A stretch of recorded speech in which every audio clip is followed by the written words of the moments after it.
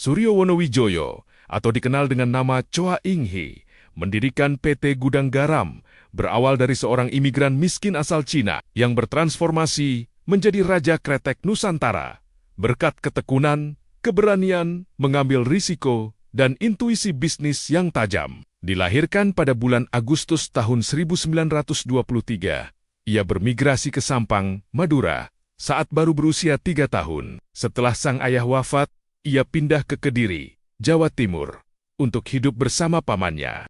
Dan langkah ini menjadi titik balik krusial yang memperkenalkan dirinya pada industri tembakau. Berikut adalah garis besar perjalanan hidup dan strategi bisnis Suryo Wonowijoyo, hingga berhasil membangun salah satu produsen rokok terbesar di Indonesia.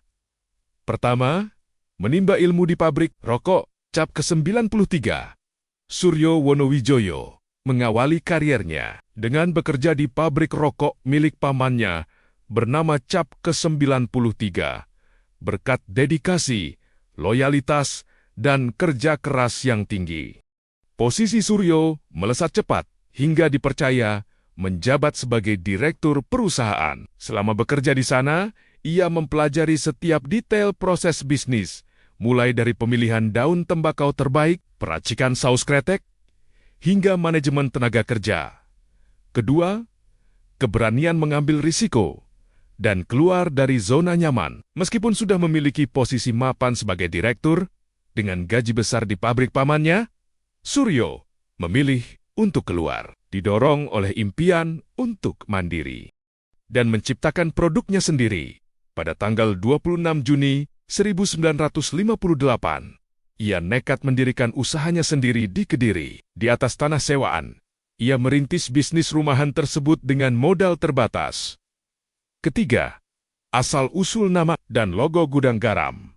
Inspirasi nama Gudang Garam konon lahir dari sebuah mimpi tentang gudang, tempat penyimpanan garam, yang lokasinya bersebelahan dengan pabrik cap ke-93.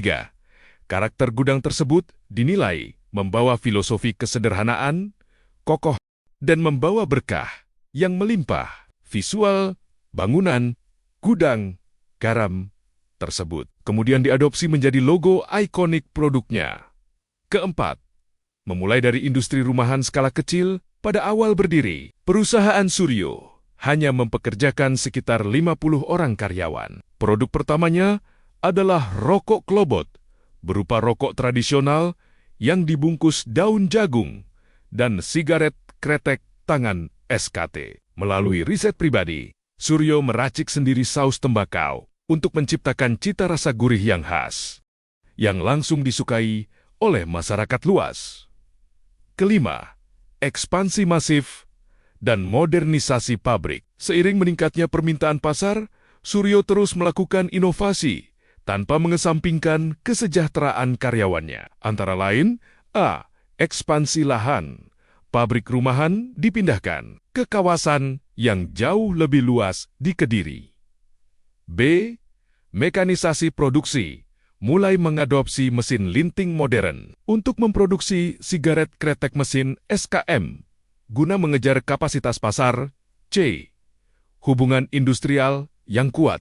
Suryo dikenal sangat memperhatikan kesejahteraan buruh lintingnya yang membuat loyalitas pekerjanya sangat tinggi.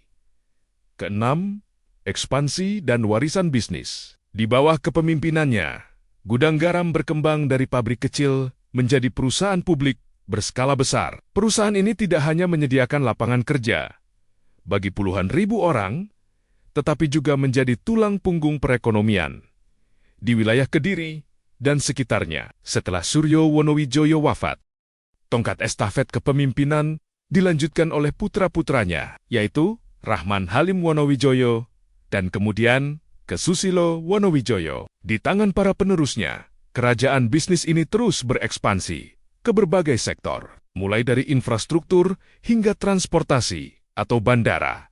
Dan kisah dari Suryo Wonowijoyo menjadi inspirasi klasik tentang bagaimana kerja keras dan keberanian mengambil risiko dapat membangun sebuah warisan yang mendunia.